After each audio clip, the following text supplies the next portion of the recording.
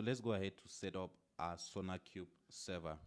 Remember, we already have our Maven server up and running, and we equally have our Nexus server up and running. We are going to be setting up our Sonarqube server. One thing worth noting is Sonarqube runs on a given port. Just like we had Maven, we're able to connect to our Maven server on port 22.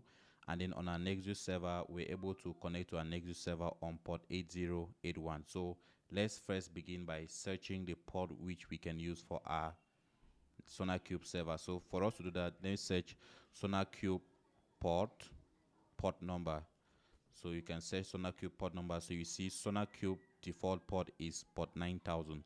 So officially, if you are to set up Sonarqube, you can use Sonarqube. The default port is port 9000. They say it's configurable, meaning if you want to change this port, you can change the port per your configurations. But I always recommend you set up Sonarqube using the default port. So for us to set up Sonarqube, as on the user data which I explained earlier, our user data has sudo apt-get, meaning we are going to be using an Ubuntu image. So on the Amazon EC2 console, we are going to be using an Ubuntu image to set up Sonarqube. And if you look at the user data here, on line 52 of our code, you can see sonar.web.port specifying that we are going to be listening to port 9000 on our server side, which is the same like the port number which we have when you configure Sonarqube. So we will just basically copy this user data. Basically, the user data, as you can see, gets some packages. It gets the OpenJDK 11, which is a Java package needed to run Sonarqube, and then we get the PostgreSQL database, and then you equally enable the PostgreSQL database service. And these are all configurations for the PostgreSQL database, which is used by Sonarqube. And then you make a directory on the server for Sonarqube. You set into a directory. You get some packages. Well, you get the Sonarqube package, and then you unzip this package. And basically, these are just Sonarqube commands. You create a Sonarqube user, Sonarqube, Sonar, and then admin. And then once you've done these basic configurations, you can enable Sonarqube service, you can start the Sonarqube service, and possibly you can reboot the system. So this is just a basic configuration on how to install Sonarqube. If you're wondering how this Sonarqube user data is all about, you can equally search for Sonarqube. You can equally search for Sonarqube installation user data. Is actually available on the internet, so you can search for Sonarqube installation user data. These are official documentations on how to install the Sonarqube server. You can look at this documentation and run the commands one at a time, but we are going to be using this user data which I've put together in this repository. So for us to do that, first we copy the user data. I'll copy the user data. If you select here on our GitHub, you can copy the user data. And if we come to our EC2 console, we select launch instance. Once we select launch instance, we are going to give the instance name Sonarqube server. That's for the instance name. We give the instance name Sonarqube server. Then we are going to be using an Ubuntu image as per our user data. We are going to be using an Ubuntu image, and we'll specify the Ubuntu 22.04, which is equally free tier. The user data was written in consideration of Ubuntu 22.04. You confirm the changes, and then for the instance type, you can select the T2 medium. You can select T2 medium for the instance type, just for our server to be a little bit faster. And then you can select the port, and then you can select the user. And then you can select the key pair which you have access to per your configuration. You can select the key pair which you have access to. Now, for the network settings, which is most important, you click on edit. You edit network settings. You can enable or you can allow the default. Networking settings. I'm allowing the default networking settings because I want it to, well, I'm basically setting it up in a public subnet. So you should equally have your Sonarqube server running in a public subnet. And we have auto-enable public IP enabled, or auto-assign. And we have auto-assign public IP enabled. Now, we are going to be creating a new security group. So call this security group Sonar Learning SG. We can give it the same description, Sonar Learning SG. Now you want to also allow this default port 22, should in case we have some issues that we want to troubleshoot our server, you SSH to the server using port 22. But based on our previous search, Sonarqube runs on port 9000, so you must have a security group rule open to port 9000. So I'll click on add security group rule. I'll allow it at custom TCP, and I'll put the port range 9000. And then for the source type, I'll allow, because we are doing training, by default I'll allow it from anywhere, but ideally you could actually set up specific sources based on your project requirement. Because this is a training video, we allow source from anywhere. Now you're allowing the network configurations as they are default. You have the last thing, which is most important. We need to click on advanced details. When you click on advanced details, you come below, you see a space where you can put the user data. You see a space where you can put the user data. You can come back if you've not yet copied the user data. Come back to my repository, come under installations, click on Sonarqube install.sh. You have access to the user data here. You can copy this user data. We copy the user data, you come back to launch instance, and then you paste this user data. So basically we are going to be launching the instance with this user data. A brief recap of the steps which you've completed. First, we give the Sonarqube server a name, Sonarqube Learning Server, or well, Sonarqube Server. We select Ubuntu 22.04, and then we select the instance type T2.medium, and then we select our key pair, should in case we have issues with our Sonarqube server which we want to troubleshoot. And then we're using our default network settings in a public subnet, and we are creating a new security group, Sonar Learning Security Group. We equally have port 22 open in this security group for us to be able to SSH to the server to troubleshoot, should in case our server has issues. And then we equally have port 9000 open. Remember, port 9000 is a default port which Sonarqube uses. And then if you come back, we equally had to add a user data. So we add a user data under advanced settings. We add a user data to install Sonarqube.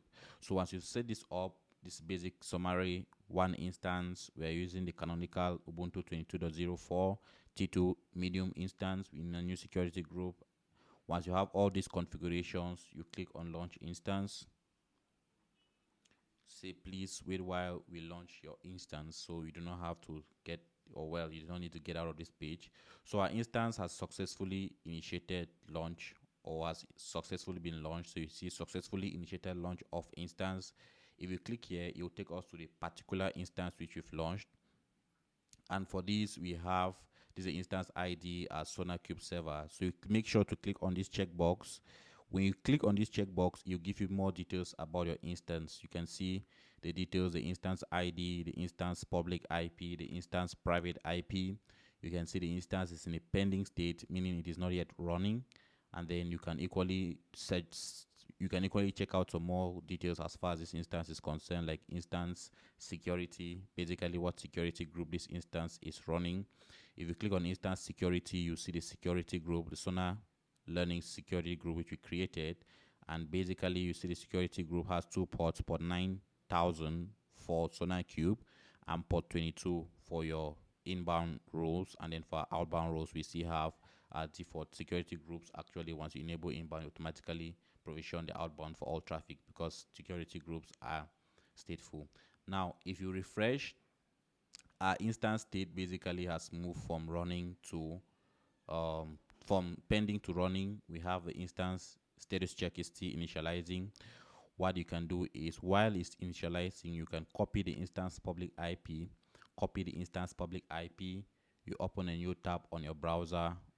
Once you open a new tab on your browser, you paste the instance public IP, you put colon, and then you put 9000, specifying the specific Sonarqube port. So you put your public IP. Here's our public IP. You put colon, and then you specify the port number of Sonarqube, which is 9000. So once you have this, you can see come back to your instance to verify it has passed a 212 check. So you can see verify if your instance has passed a 212 check. You see if you reload, it tells you the instance is still initializing. Just to confirm, you can put, once you put these details on this new browser, if you hit enter, if it shows you this telling you the site is not secure, you can click on continue to site. Now the instance has not probably finished installing. So let's come back to our instance and check the instance health. It's still initializing. So if you check the instance basically has still not passed the 2-on-2 check. For us to ensure if you can access the server, you reload the server again. Once you reload, you'll now see our instance Sonarqube server has passed the 2-on-2 check. Now, once the Sonarqube server has passed the 2-on-2 check, for you to access the Sonarqube server, you copy the public IP of the Sonarqube server, you open a new tab, you paste in the new tab, and then you put :900 and you hit enter. So if you do :900 and you hit enter, you should log into, it should take you into this Sonarqube landing page. Like I explained earlier, Sonarqube basically is for continuous code quality analysis. You can check for bugs, you can check for vulnerabilities, you can check for code smells, you can check for security hotspots. We have not created any project in our Sonarqube server, so that's why you see the projects here is 0. And then we have Sonarqube has multi-language support. 20 plus programming languages are supported by Sonarqube. So it supports Java, C++, and C, C#, COBOL, HTML, JavaScript, TypeScript, Object-C, XML, Swift. So all these are languages that are supported by Sonarqube. And then for you can equally do reliability, where you can check for bugs. For security, you can check for vulnerabilities and security hotspots. And then for maintainability, you can check for code smells. This basically are some configurations or some setups which you can use your Sonarqube server for.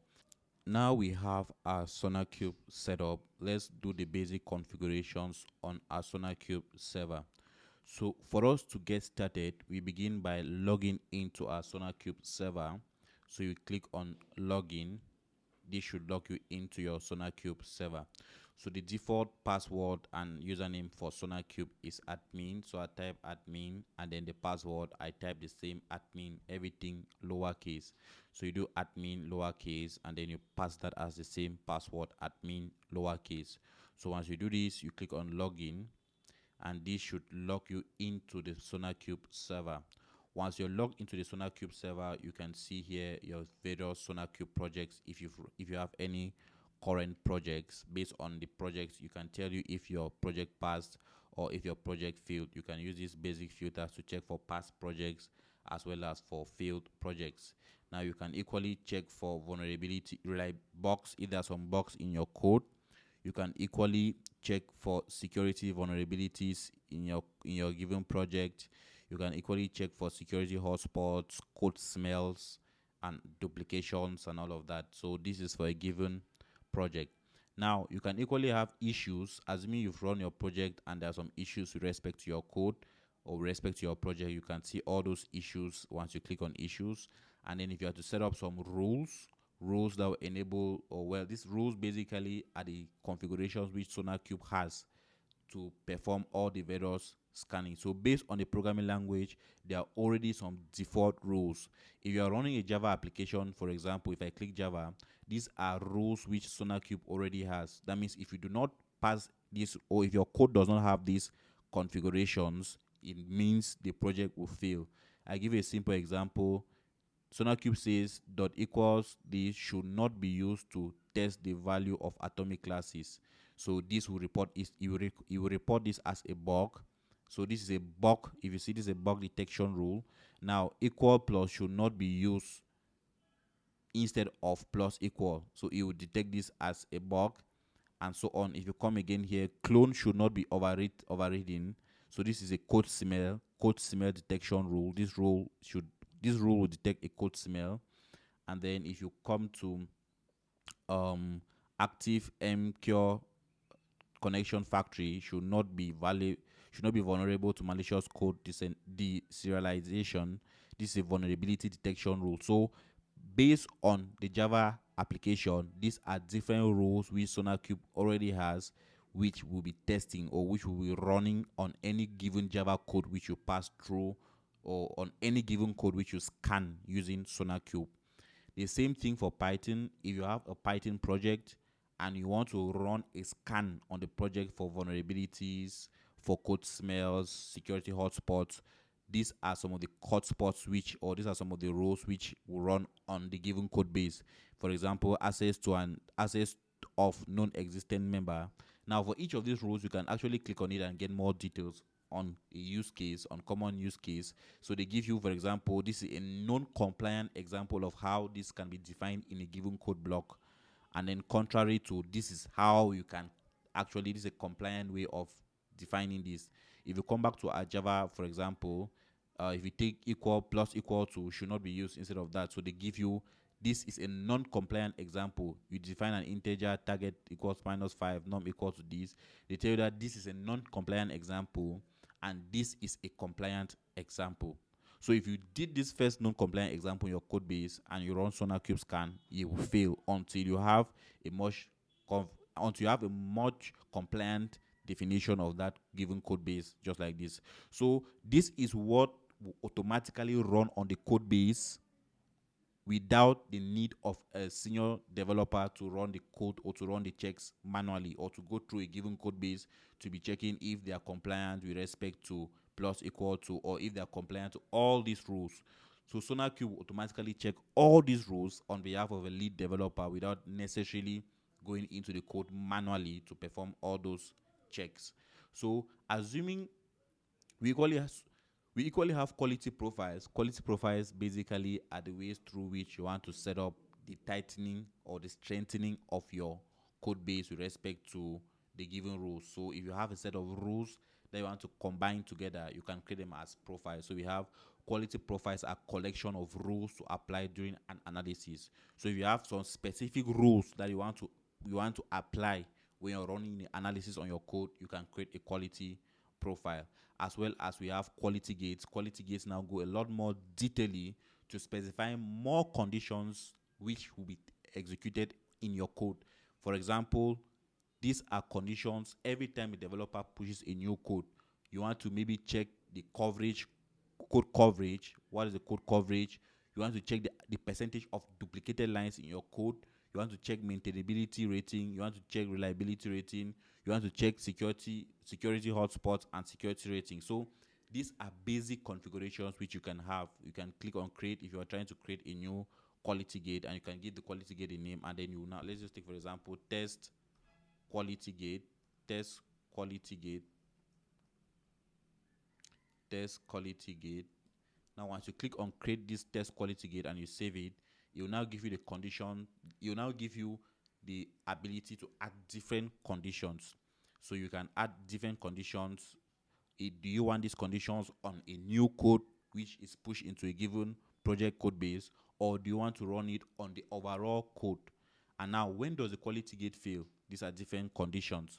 Is it based on the lines coverage, or the lines to cover on skipped unit tests, and so on? So these are different conditions which you can use to set up your quality gate based on security review, size, a lot more. These are all basic conditions which you can use to set up your quality gate. So I'll cancel this. And then the last thing which we have is the administration. Administration is very important. This is where you manage your Sonarqube server. Assuming you want to integrate Sonarqube with other third-party tools, you do that at the level of your administration. Now we are going to be using, subsequently we are going to be integrating Sonarqube with Jenkins, and for such an integration between Sonarqube and Jenkins, you can come to configuration here and you can set up webhooks. So if you have to set up a webhook between Sonarqube and Jenkins, you set up that webhook at this stage where you define, they say webhooks are used to notify external services when a project analysis is done. So if you perform Sonarqube analysis on a given project code base and you maybe want to inform Jenkins that the analysis is complete, or you want to inform another tool on the completion of a given analysis, you can use Sonarqube. So Sonarqube webhooks enable that. Basically, to set up a webhook, you can click on create and it should automatically create a webhook. So we are going to go back to projects. We'll begin by creating our Sonarqube project. So I'll click on create new project. Now I'll give this project the name Java. Let me give it the name Java Web App. Java Web App, maybe project. You can give the project the name Java Web App project. So this should create a project. Now you click on setup. Now, once you're setting up the Java web app project, you can still give the name of the token. You can say Java token. When you give the name Java token, you click on generate. Once you generate this token, you click on continue. Now, based on the analysis, they ask you which type of project are you running analysis on. So you're running the analysis on what? Are you running the analysis on the Java project, on the C# project, or on Python, PHP, Go, JavaScript, or TypeScript? Which kind of project are you running on? So what is your project's main language? If you come back to our project, our practice Maven learning in a VS Code, our project is a Java application. We are running a Java application. If you click here, src main Java demo application.java, this is a Java application we are running. So our project is a Java project. So we come back to our Sonarqube and we click on Java because we are running a Java project. Now they'll ask, you are running or you are developing primarily in Java. What is your build technology? What is your build technology? What are you using to build the Java project? Remember, we've set up Maven to perform the build. So we are using Maven to perform the build. If you come back to instances and you click on running, we had configured this Maven server to perform our deployment. So they ask, so Sonarqube asks, what is your build technology? So I'll select Maven. Maven is my build technology. Now, once you select Maven, Sonarqube gives you this code. Take note, this code is particular to your given server. So execute the scanner for Sonarqube from your computer. So running a Sonarqube analysis with Maven is straightforward. You just need to run the following command on your project folder. So if you go into the project folder and you run this command in your project folder, it will automatically perform a scan on your code. So we are going to do that right away. So if you copy this token and run on your Maven server, you're definitely going to have an automatic analysis being performed on your code. So in our next module, we are going to be performing the code analysis. But before we get into our next module, let's copy this code. So you copy this code, you come back to your project base, you have this, your learning repo. So what you can do is you create a new file. You can call this file you can call it rough.txt. You call it rough.txt and then you paste this code. We are pasting this code here because we don't want to lose the code. So we have Maven, Sonar. This is basically what is used for us to perform the analysis. So instead of us using, this is the public IP of your Sonarqube server. Instead of you using the public IP of your Sonarqube server, we'll come back to our instances. Remember, this is the IP address 3.236.36.125, which corresponds to the same IP of your Sonarqube server. And if you come back to our instances, if you look here, if you select our Sonarqube server, this is the public IP. But we are going to replace, so I'll copy this. We are going to replace this public IP with the private IP of our Sonarqube server. So we have replaced the public IP with the private IP of our Sonarqube server. So once you've done this, we are now going to move to the next module where we should be running the scan. We are going to be running this scan on our server.